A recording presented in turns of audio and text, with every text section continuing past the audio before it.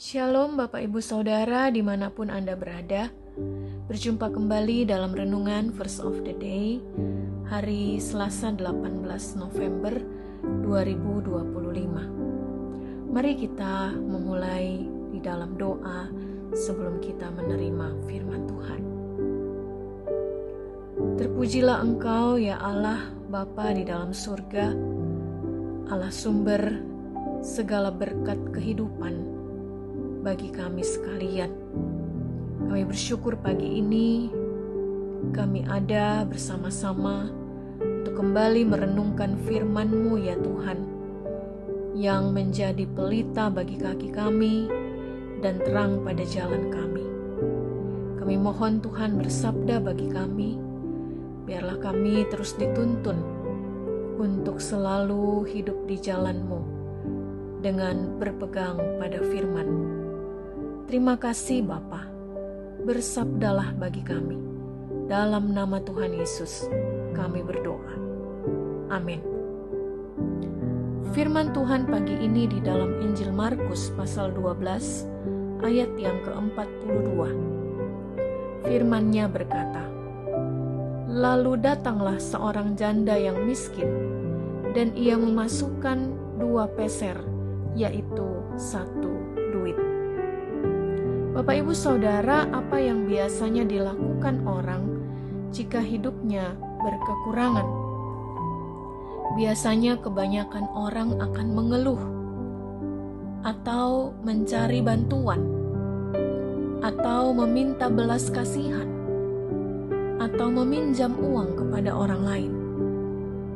Namun ibu janda dalam ayat Alkitab hari ini berbeda.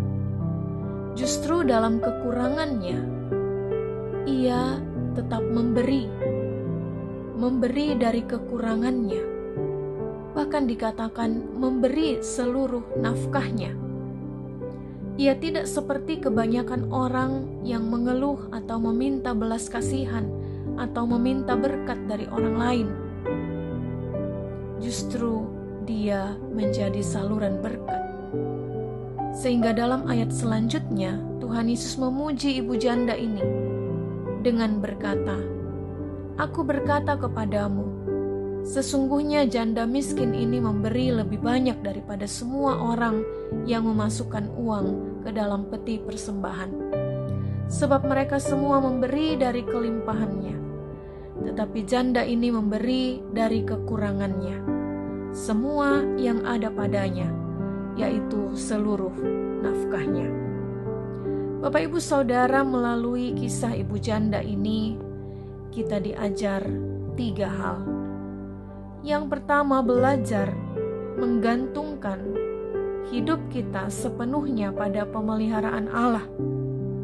Dengan memberikan seluruh nafkahnya untuk dipersembahkan di bait Allah, ibu janda miskin ini secara tidak langsung menyaksikan bahwa dia hidup bergantung penuh pada pemeliharaan Allah, sehingga dia tidak khawatir akan hidupnya, karena dia percaya sekalipun dia miskin, Tuhan yang akan memelihara hidupnya.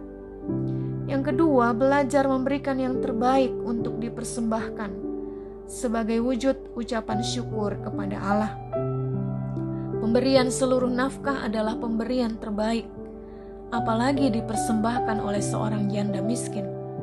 Seharusnya janda ini tidak mampu dan dia membutuhkan uang itu, tetapi dia rela memberikan seluruh nafkahnya sebagai persembahan terbaik kepada Allah yang telah memelihara hidupnya.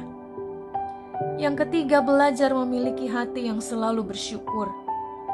Kekurangan bukan hal yang membuat janda ini enggan memberi, tetapi justru dia tetap memberi sekalipun dalam kekurangan. Ini hanya dapat dilakukan oleh orang yang memiliki hati yang selalu bersyukur atas pertolongan Tuhan dalam hidupnya. Bagaimanakah dengan kita, Bapak Ibu Saudara? Apakah kita juga adalah orang-orang yang selalu bergantung penuh kepada Tuhan? Atau sebaliknya, hidup kita penuh dengan kekhawatiran? Apakah kita juga adalah orang-orang yang selalu memberikan yang terbaik untuk menopang pelayanan gereja Tuhan? Atau kita memberi dari sisa-sisa belanja kita?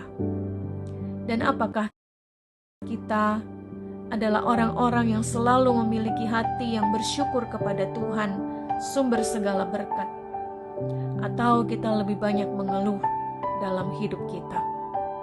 Mari kita belajar dari janda miskin ini. Belajar menggantungkan hidup sepenuhnya kepada Tuhan. Belajar memberi yang terbaik. Dan belajar mengucap syukur dalam segala keadaan. Mari kita berdoa. Bapa di sorga, Bapa di dalam nama Yesus Tuhan kami bersyukur atas firman-Mu pagi ini. Kami diingatkan untuk menjadi orang-orang yang senantiasa mempersembahkan yang terbaik, memberikan yang terbaik dari apa yang kami punya. Kami belajar bergantung penuh pada pemeliharaan Allah dan juga belajar memiliki hati yang selalu bersyukur. Seperti janda miskin dalam firman-Mu hari ini. Tolong kami ya Bapa, dalam segala keberadaan kami senantiasa setia menjadi pendengar dan pelaku firman-Mu. Terima kasih Bapa, serahkan hidup kami sepanjang hari ini dalam pimpinan-Mu. Roh Kudus terus menuntun kami agar hidup kami sungguh berkenan kepadamu. Terpujilah nama-Mu ya Tuhan, di dalam Yesus Kristus yang mengajar kami berdoa. Bapa kami yang di sorga, dikuduskanlah nama-Mu, datanglah kerajaan-Mu, jadilah kehendak-Mu di bumi seperti di sorga. Berikanlah kami pada hari ini makanan kami yang secukupnya, dan ampunilah kami akan kesalahan kami, seperti kami juga mengampuni orang yang bersalah kepada kami. Dan janganlah membawa kami ke dalam pencobaan, tetapi lepaskanlah kami daripada yang jahat.